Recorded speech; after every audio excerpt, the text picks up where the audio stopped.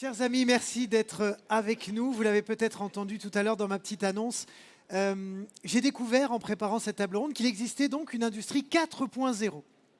Peu ont osé, mais nous y sommes manifestement. En tout cas, on va essayer de la toucher du doigt et on va voir quelles sont les clés pour une transition numérique réussie face à un monde en mutation. Avec cette question, quels sont les défis à relever, les impacts sur la société et les accompagnements proposés pour une transition réussie? On va notamment parler du rôle essentiel de l'innovation numérique pour garantir la compétitivité industrielle face aux mutations climatiques, géostratégiques, industrielles et énergétiques, entre autres évidemment.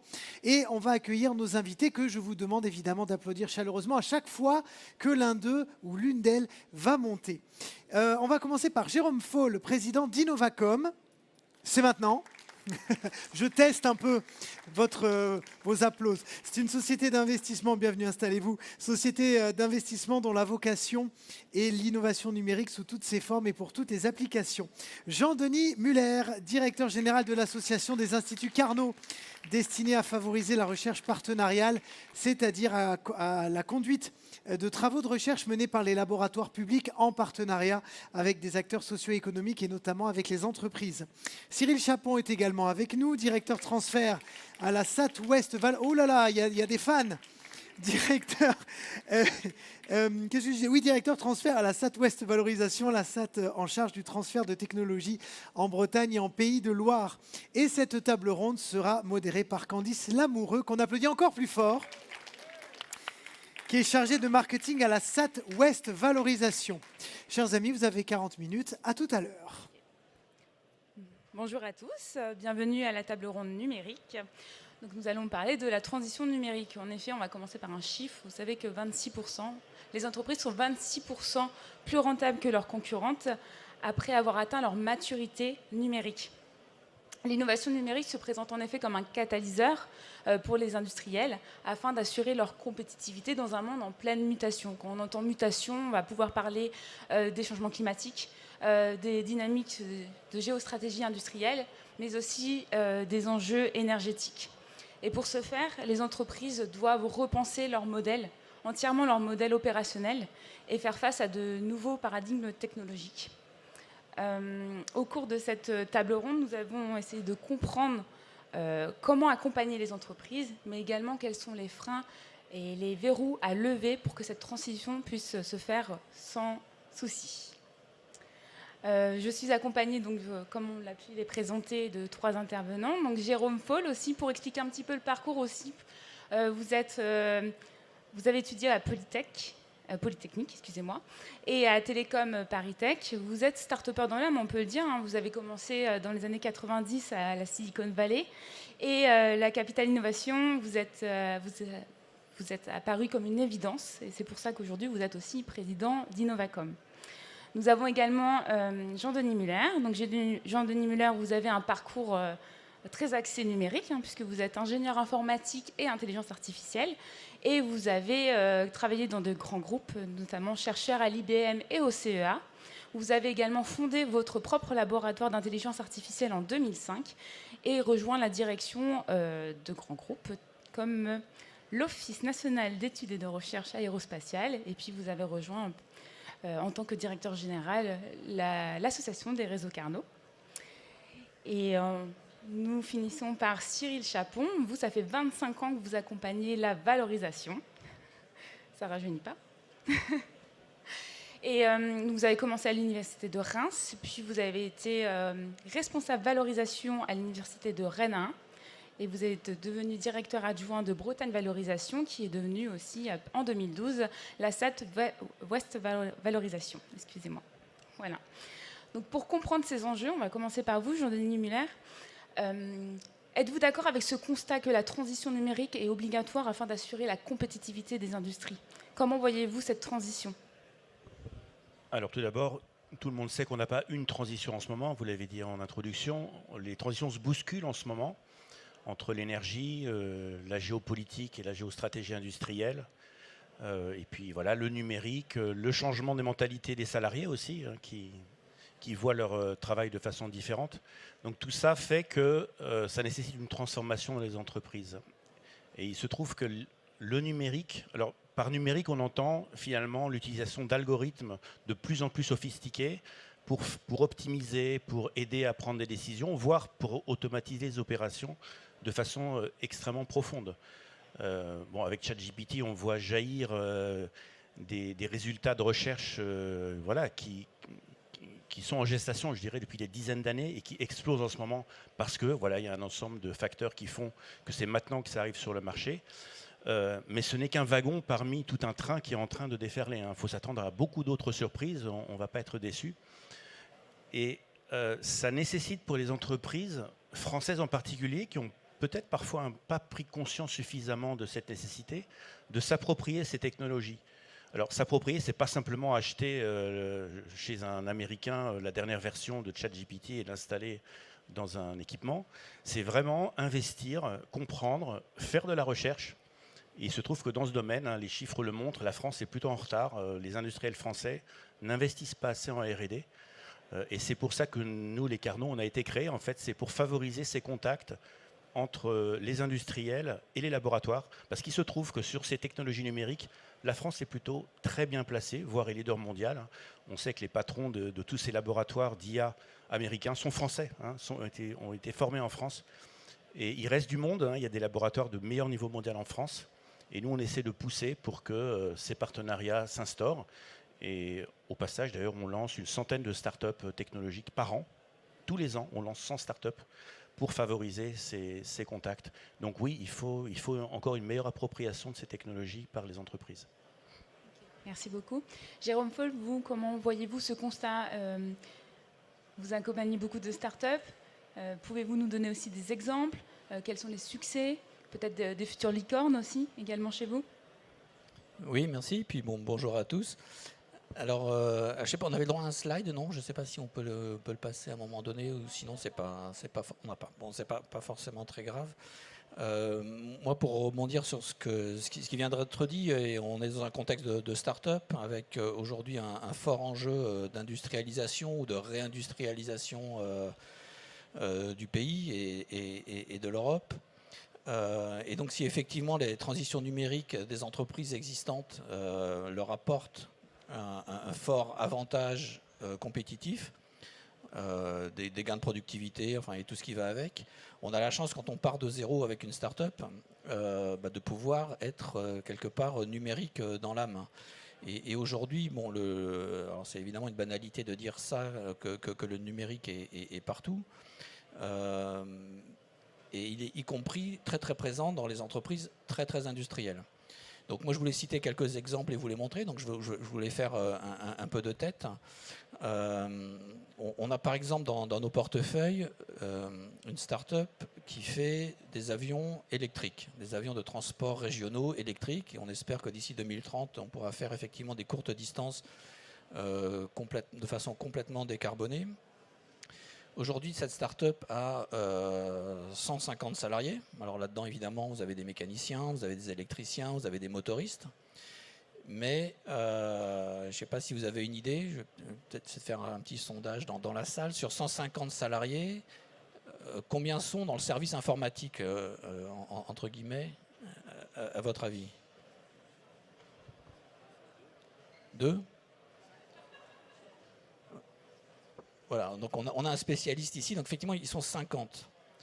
Donc là, vous commencez de zéro, un nouveau constructeur aéronautique, et vous avez le tiers des salariés qui font de l'informatique. Alors ils font deux choses. Ils font tous les process en fait, de l'entreprise sont numériques dès le départ.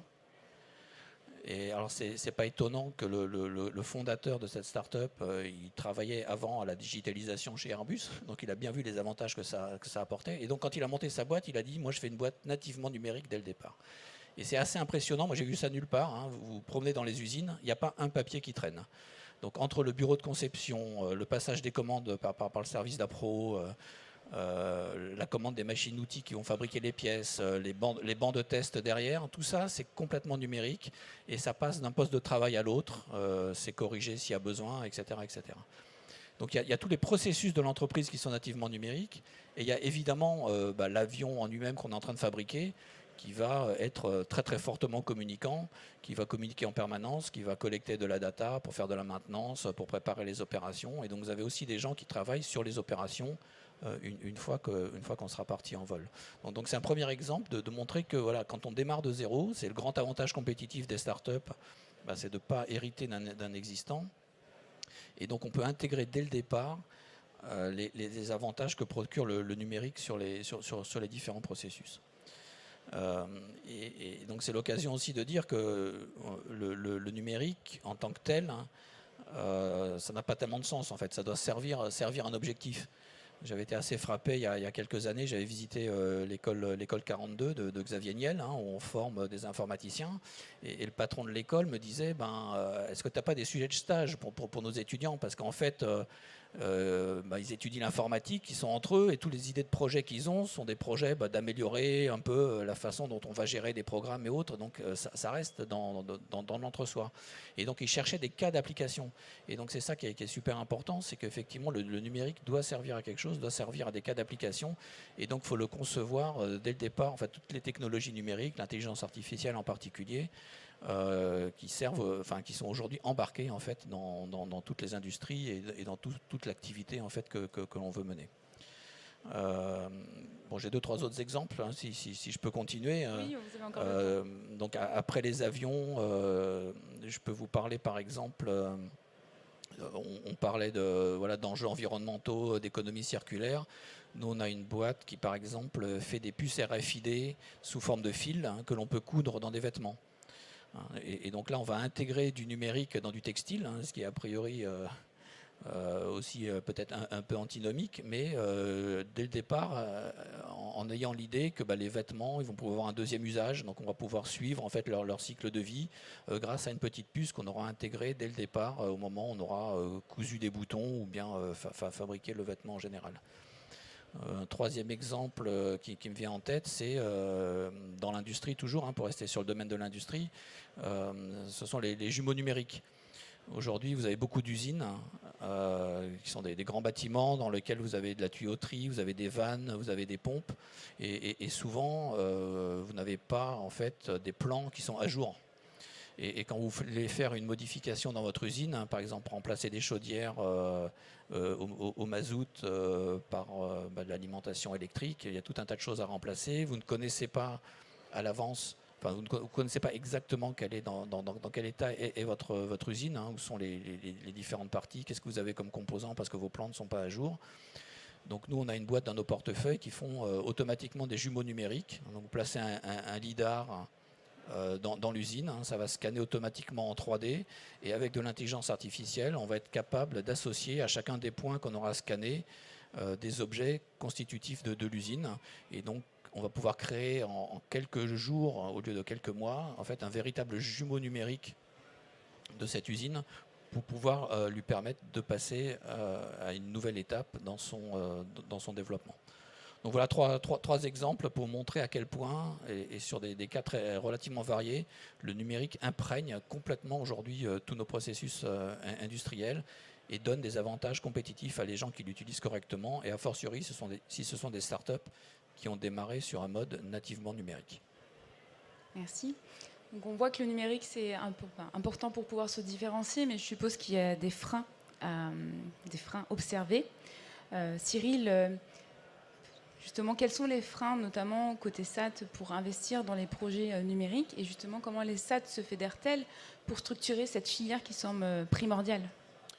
Alors, au niveau des freins, peut-être quelque chose qui est un peu contre-intuitif par rapport à ce qui a été dit, c'est qu'en fait, quand on dit justement l'impact que le numérique va avoir ou pourrait avoir ou a déjà sur l'industrie, il paraît relativement évident, c'est-à-dire qu'on se dit, oui, il va avoir beaucoup d'impact, beaucoup d'intérêt, ce qui est vrai. Par contre, ça ne suffit pas pour vendre un produit ou transférer une technologie. Et en fait, sur les problématiques qu'on rencontre, c'est qu'on a de bonnes idées, des belles technologies qui ont l'air de faire certaines fonctions qui sont, qui paraissent nouvelles, assez avantageuses, notamment quand, effectivement, par rapport au sujet d'aujourd'hui, souvent avec des gains de productivité, avec ça va plus vite, ça consomme moins de matériaux, enfin sur tout ce qu'on peut imaginer d'apporter, on va dire, une certaine valeur au monde de l'industrie. Je pense que le premier frein qu'on a, c'est qu'on ne travaille pas assez la partie MVP. Autrement dit, il faut aller le plus rapidement possible sur le marché. Parce que quand on est sur la partie numérique, on est sur des cycles qui sont assez rapides. Lorsqu'on est sur la deep tech, on va dire qu'on peut consommer assez facilement des fonds. On peut assez facilement, notamment quand on part du laboratoire, assez facilement, on va dire, écouter le chercheur ou ce qu'il aimerait, ou vous voyez, l'étape suivante. Et en fait, des fois, il faut accepter d'aller beaucoup plus vite sur le marché avec ce fameux MVP. Tout simplement, c'est d'avoir un prototype qui peut être testé par quelques partenaires industriels qui pourraient être les futurs clients de la start-up. Et souvent, on a un petit peu de mal à sauter le pas parce qu'on va dire on va accélérer de manière un peu artificielle, je pourrais le dire, et c'est normal, les chercheurs aiment bien valider chacune des étapes les unes après les autres pour arriver à quelque chose qui est, on va dire, le plus parfait possible, des fois. Dans le monde de la partie numérique, c'est impératif, notamment parce que le marché, notamment aux États-Unis, en Chine ou ailleurs, va extrêmement vite, même au niveau de l'Europe. Donc il faut essayer d'aller le valider le plus rapidement possible, notamment parce qu'on peut assez facilement, sur ces logiciels qu'on va rendre applicatifs sur des logiciels ou des solutions numériques au monde de l'industrie, mais plutôt fantasmer le besoin. En fait, il faut se confronter extrêmement rapidement pour aller travailler en gros une fonction ou deux fonctions, pour aller la valider auprès du partenaire, s'assurer que les futurs clients, on va dire, sont prêts à l'acheter et pas juste avoir une côté un peu très sympa à avoir, d'accord. C'est sympa et voilà, et entre guillemets derrière ils ne vont pas forcément acheter, ou en tout cas on a essayé de développer et on a 3, 4, 5 voire 10 fonctions qui ne sont pas intéressantes et on n'a pas assez compris les une ou deux fonctions qui finalement sont celles qui sont essentielles. Donc ça, c'est, je pense, il faut essayer de se concentrer sur sa notion d'MVP, à la fois dans la maturation pour ceux qui sont en capacité de le faire, les SAT ou des services de valorisation, mais aussi au niveau des startups pour qu'elles concentrent leur financement sur ce point-là pour délivrer assez rapidement. Notamment parce que ça peut ramener plus de traction commerciale plus rapidement. J'en viens peut-être au deuxième frein, notamment au niveau de la partie un peu start-up. Un autre peut-être, comment dirais-je, quelque chose qui paraît une bonne idée et qui, en règle générale, n'en est pas une, c'est de faire des preuves de concept gratuites avec les partenaires industriels, notamment les futurs clients.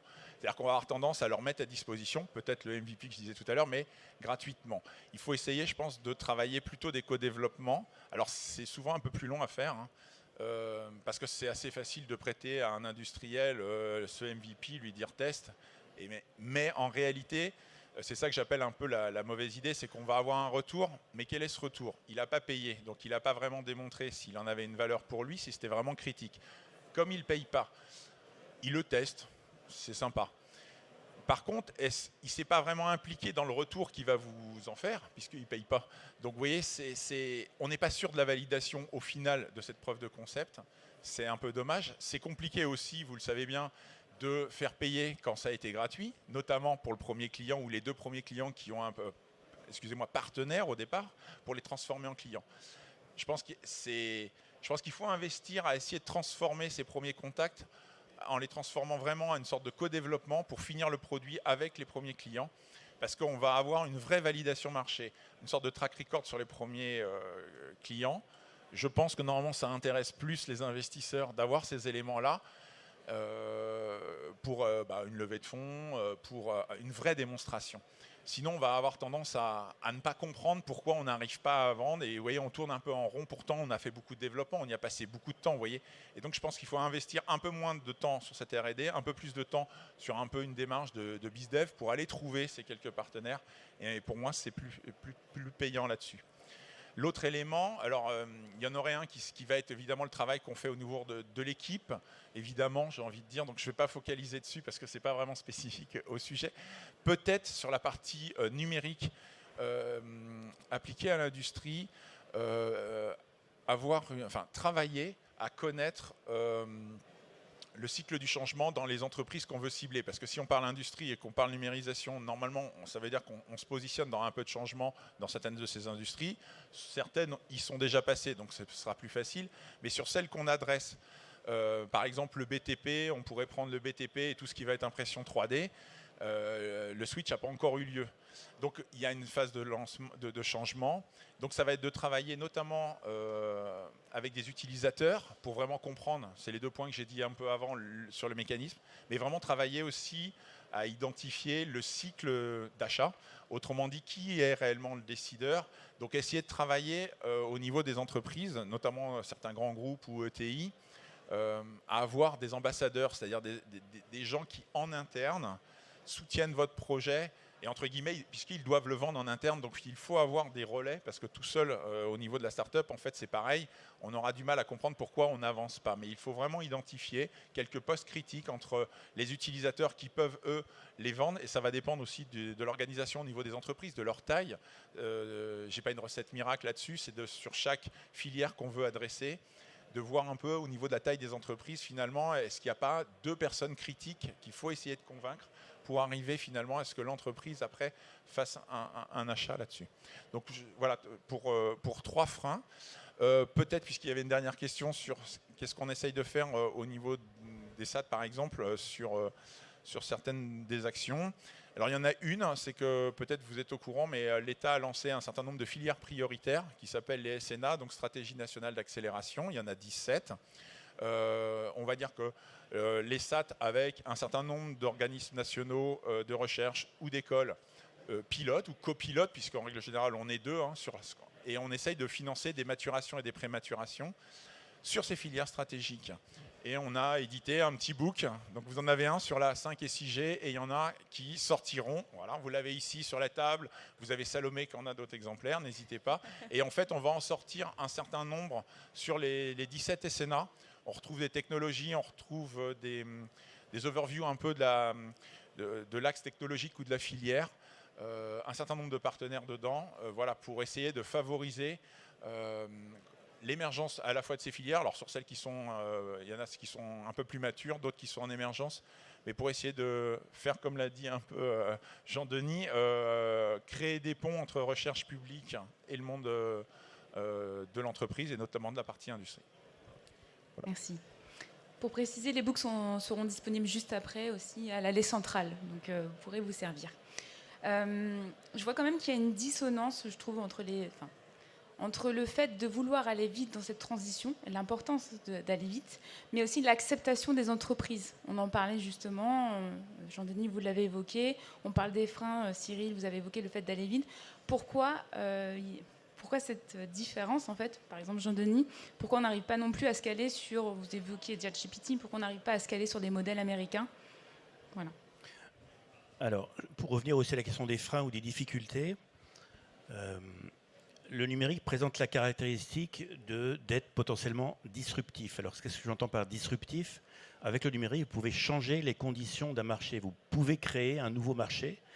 Et il arrive souvent qu'un acteur qui est totalement inexistant ou inconnu, en fait, prenne des parts significatives parce qu'il attaque le marché par le numérique. Ça a été un peu évoqué, hein, une start-up nativement numérique va voir les choses de façon complètement différente et va faire des choses qu'un grand acteur, qu'un grand groupe ne va même pas imaginer. C'est pas dans son ADN, c'est pas dans sa culture.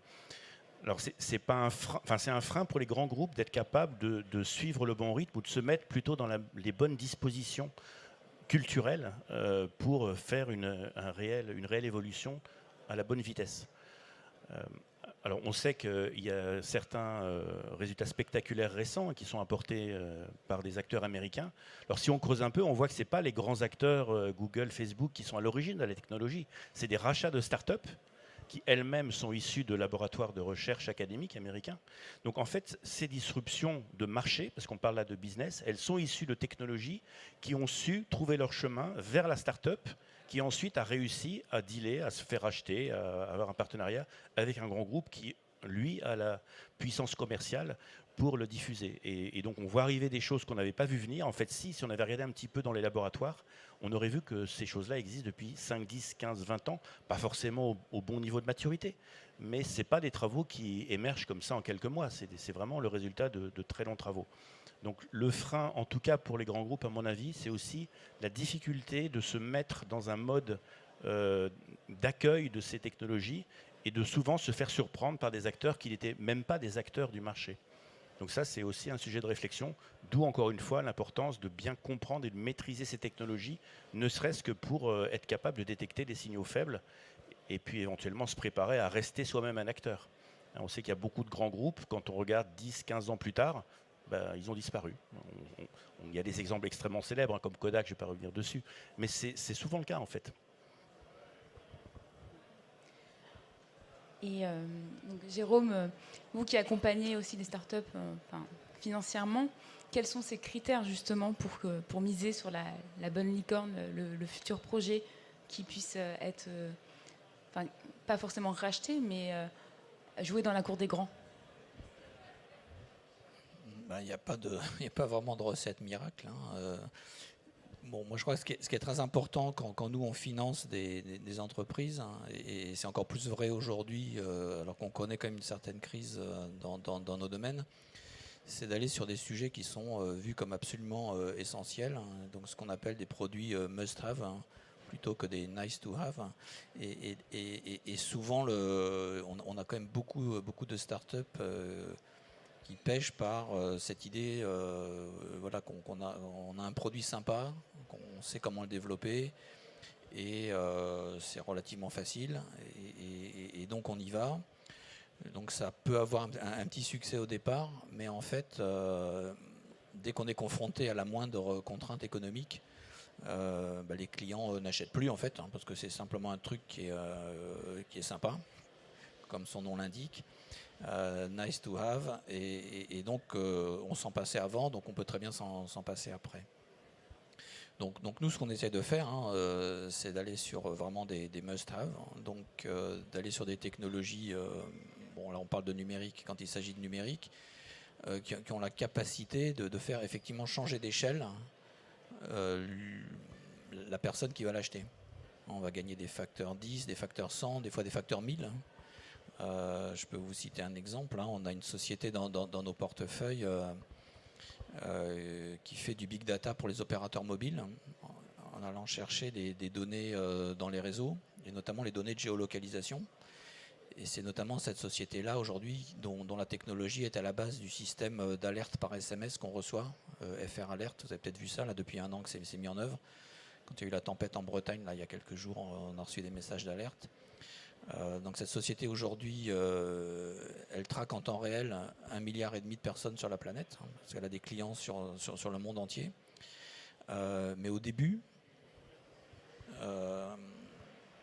elle a vraiment commencé à réfléchir. C'est intéressant de voir d'où elle vient. Donc maintenant, elle traite des données réseau assez complexes chez les opérateurs mobiles, mais au départ, elle traitait simplement des SMS.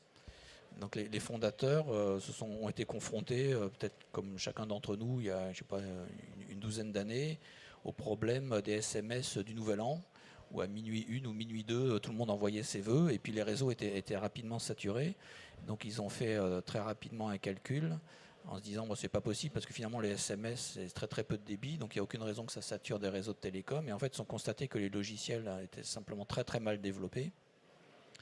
Et donc ils ont pris le problème complètement à zéro, et ils ont gagné littéralement un facteur 1000 dans la performance en fait, des logiciels permettant d'envoyer des SMS. Et donc ça a permis à tout un tas en plus de façon très très simple. Et donc voilà, ça a permis d'atteindre tout un tas de petits opérateurs, et même après des plus gros, et puis d'aller de plus en plus loin vers des produits qui deviennent absolument nécessaires pour rendre un service de base. Donc voilà, donc nous notre critère c'est très dur pour une start-up de rentrer sur un marché, et donc il faut ce différenciateur qui se compte en plusieurs ordres de grandeur en général pour pouvoir se démarquer de la concurrence. Et il suffit pas, comme souvent, je vois des gens qui viennent nous voir, qui nous disent on va améliorer de 15-20% en fait ce que fait le produit commercialisé par tel grand groupe. Et c'est très très très insuffisant. Donc voilà, donc il nous faut ce saut important dans les performances, dans la qualité du produit que l'on fournit, et c'est ça qui nous fait la différence. Et nous, c'est notre critère en fait quand on choisit d'investir dans des sociétés deep tech en général. Merci. Donc ce que je comprends, c'est que pour réussir cette transition numérique, il faut quand même avoir un fort pouvoir différenciateur, aller vite, mais savoir aussi convaincre les grands groupes que la technologie vaut le coup. Et voilà. Donc quel serait aussi, si vous aviez un dernier mot à dire pour conclure, ou des points que vous souhaiteriez aborder en plus, Cyril? Jean-Denis l'a un peu dit, c'est qu'on a nombre de nos startups qui adressent en tout cas le monde de l'industrie, qui aurait besoin de partenariats, on va dire, plus nombreux avec les grands groupes. Ça serait important, puisque le développement de ces entreprises avec les premiers marchés sont souvent dans le niveau de l'industrie, des ETI, voire des grands groupes. Et c'est vrai qu'il y a toujours un frein quand même sur l'accès, déjà parce que les cycles de décision sont extrêmement longs. Il y a toujours de la frilosité sur la scalabilité, c'est-à-dire est-ce que l'entreprise va être en capacité de faire la montée en charge si jamais un grand groupe prend leurs produits, est-ce qu'ils vont être en capacité, mais je pense que là on a encore pas mal de travail et de chemin à faire pour que on arrive à avoir, comment je pourrais dire, des industriels qui pensent un peu plus vraiment une notion d'innovation que de la partie incrémentale. Donc notamment avec ce que peuvent proposer les startups, et en particulier dans la partie, on va dire, numérique, adressant l'industrie 4.0. Merci. Jean-Denis? Alors pour avoir été dans l'industrie quelques années, c'est vrai que l'innovation vue d'un industriel, elle doit être rentable pas à trop long terme, pour ne pas dire à court terme. Ce qui veut dire que c'est un frein de base pour l'innovation un peu ambitieuse, un peu disruptive, et puis changer les conditions d'un marché, ça, un industriel, il va avoir beaucoup de mal. Enfin, un grand en tout cas, il est leader, donc il ne faudrait pas changer les conditions, risquant de lui faire perdre cette position de leader. Donc pour faire bouger les choses, la grande difficulté, c'est qu'il faut parfaitement connaître l'industrie en question. Et dans le numérique en particulier, il faut être à la fois bon en technologie numérique, être capable d'identifier les besoins, et puis bien connaître de façon extrêmement fine l'industrie, parce qu'il y a 50 façons d'attaquer les choses, mais il y en a une ou deux seulement qui vont marcher, qui sont intelligentes et qui vont être acceptées. Il y a une dimension culturelle qu'il ne faut pas négliger et qui est très souvent négligée. Et donc, il faut essayer de constituer cette alchimie. Et dans cette alchimie, ce qui compte beaucoup aussi, c'est des personnes qui ont fait l'aller-retour entre ces différents mondes, la recherche, les startups, les grands groupes. Donc ça, c'est extrêmement rare. Hein. Quand on fait des fiches de poste pour recruter des moutons à 5 pattes, en fait, il y en a très très peu. Moi, j'ai fait l'expérience récemment.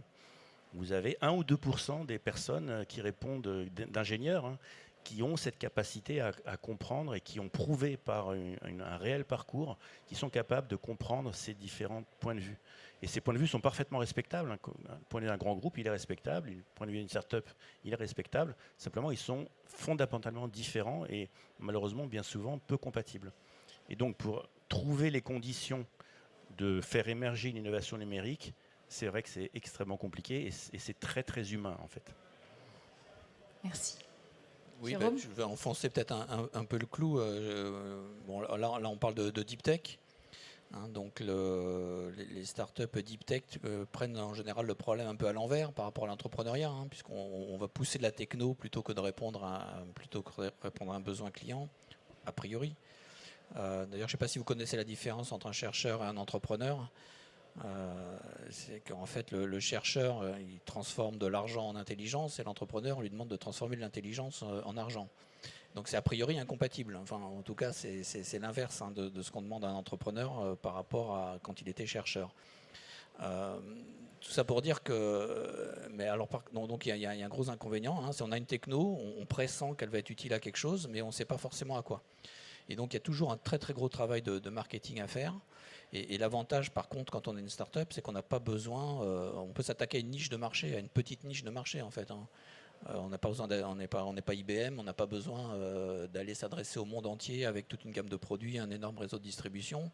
Il suffit qu'on trouve une petite niche, y compris géographique, pour pouvoir démarrer et être mis sur les rails. Donc la chose qu'on fait aussi beaucoup avec les entrepreneurs technologiques qui viennent nous voir, c'est ce travail de marketing. Hein. Alors, en général, les gens viennent avec un business plan parce qu'ils ont identifié un besoin. Alors certaines fois, c'est sans doute quelque chose qui est valable. D'autres fois, c'est un peu moins vrai, surtout quand on a des gens qui ont moins d'expérience de l'industrie, qui ont plus l'expérience de la techno. Et donc, donc c'est aussi l'accompagnement qu'on fait, hein, parce qu'on apporte de l'argent, mais on apporte aussi de l'accompagnement managérial et business. C'est d'aller s'asseoir ensemble et de réfléchir à quel est vraiment le vrai besoin que l'on cherche à couvrir. Est-ce que c'est un must-have, comme je l'ai dit tout à l'heure, et éventuellement, on va changer en fait l'idée initiale qu'on avait, de se dire cette techno, elle s'adapte bien à ce marché-là. Peut-être pas. Peut-être que ça va être plus facile d'aller chercher tel autre marché parce que le temps de cycle va être plus court, même si le marché a priori au départ est plus petit. Ça va nous permettre de démarrer, et puis une fois qu'on aura bien démarré, on attaquera un marché plus gros. Donc ce travail de marketing qui fait un peu peur à des gens qui sont plutôt techno est effectivement absolument essentiel, et nous on insiste beaucoup là-dessus. Et d'ailleurs, je pense que c'est vrai pour toutes les startups. Je crois qu'il n'y a pas une seule startup au monde qui délivre sur le business plan qu'elle avait prévu au départ. Et donc, il faut bien se rendre compte que ça fait partie du jeu, qu'à un moment donné, il faut faire ce qu'on appelle un pivot dans notre jargon et changer son idée initiale, hein, une fois qu'on est vraiment confronté au premier retour marché, que l'on a pu tester par des MVP ou autres. Mais il faut être adaptable en permanence, en ayant cette réflexion sur le marché toujours derrière la tête. Bien. Oui, ce qu'on apprend quand on est entrepreneur dans le numérique en particulier, c'est que faire un business plan, ça ne sert pas à trouver la clé pour ouvrir un marché. Ça sert juste à se poser les bonnes questions et à se poser les bonnes questions ensemble entre tous les partenaires de la création d'entreprise. Et ça, c'est effectivement fondamental. Il faut faire cet exercice avec, encore une fois, cette connaissance de l'industrie qu'on vise. Et l'intérêt du numérique, c'est que c'est très versatile. C'est-à-dire qu'une solution qui, effectivement, ne trouve pas son marché dans un certain domaine peut éventuellement le trouver dans un autre. Donc, il ne faut pas hésiter à pivoter. Parce que on le voit tous les jours, hein. Il y a des solutions qui finissent par émerger là où on ne les attendait pas. Ça rend d'autant plus difficile la prédiction, mais c'est la réalité dans le numérique. Très bien. Merci beaucoup, messieurs. Merci pour cette intervention. Donc, ce qu'on comprend quand même, c'est que la transition numérique est essentielle, différenciateur pour les acteurs, mais qu'il faut un accompagnement justement par tout cet écosystème que vous êtes aussi, que vous représentez aujourd'hui même pour la réussite. Merci. Merci beaucoup. On a 4 minutes 40 devant nous. Je parle sous le contrôle de nos organisateurs. Est-ce qu'on peut prendre, par exemple, 2 questions du public? On peut en profiter, vu qu'on est un peu en avance, avec des réponses courtes. Parce que soit on en prend une et on fait une réponse longue, ou alors on peut en prendre 2 avec des réponses courtes. Est-ce qu'il y aurait... C'est la première fois qu'on le fait, hein, parce qu'habituellement, on n'a pas le temps. Ben, super, parfait. Donc, réponse courte, les amis, s'il vous plaît. Comme ça, on répond le plus possible. Moi, j'avais une question, parce que là, on parle de transition numérique, et je voulais savoir qu'est-ce qu'il en était de la transition énergétique. Comment c'est pris en compte dans les SAT ou dans les sociétés telles que Innovacom?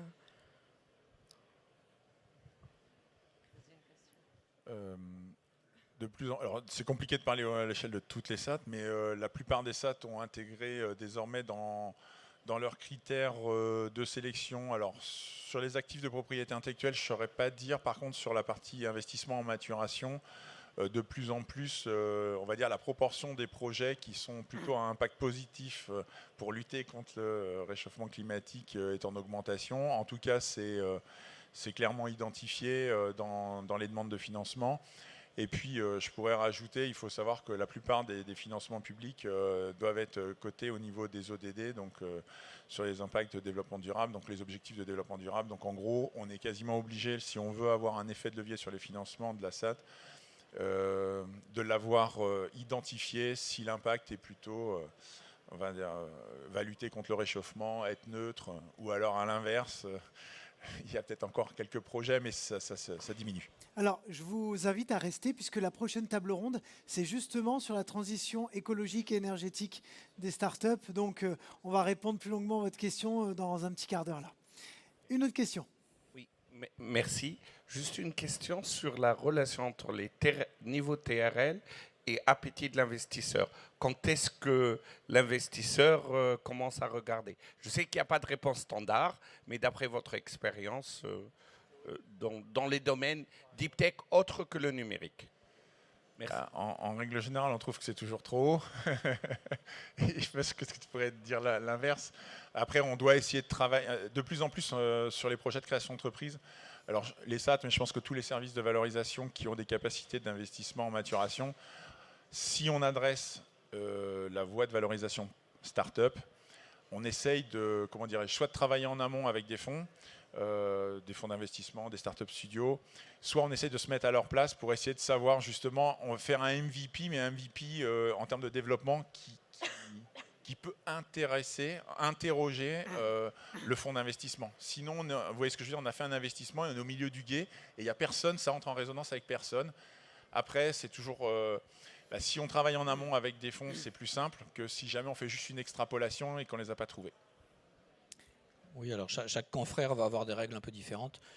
Donc nous, par exemple, alors sans parler de TRL, nous on ne finance pas de la R&D. On considère que ça doit être fait en amont, notamment par des SAT. Et donc nous, on va investir, quand on investit en amorçage, par exemple, dans des boîtes qui soit ont un proto, si c'est du hardware, soit une version bêta, on va dire, si c'est du logiciel. Et donc on va financer deux choses. On va financer le passage donc, de ce proto à un produit industriel. Et puis évidemment la commercialisation, puisqu'au départ on n'a pas de clients. Mais donc on ne finance pas de la recherche, mais on ne finance pas non plus du concept. Donc il faut vraiment qu'on ait une preuve quelque part que ça fonctionne. Donc pour peut-être chiffrer, il reste encore quelques secondes, sur les logiciels, on arrive quand même à avoir des TRL qui sont à 6-7. Après, si jamais on adresse vraiment avec un applicatif industrie, souvent ça redescend un peu, c'est compliqué d'aller dans des conditions réelles, industrielles, ça coûte plus cher. Si on ne l'a pas fait en comaturation, c'est quand même compliqué là, dans ces cas-là. Donc ça serait un peu moins, ça sera plutôt du 4, 4-5, mais on n'arrivera pas au 6. Voilà, pour répondre en chiffres. Bon, c'est parfait, il nous reste 20 secondes, donc pas assez de temps pour prendre une question ni y répondre. Donc on va aller applaudir nos invités. Un grand merci encore à vous.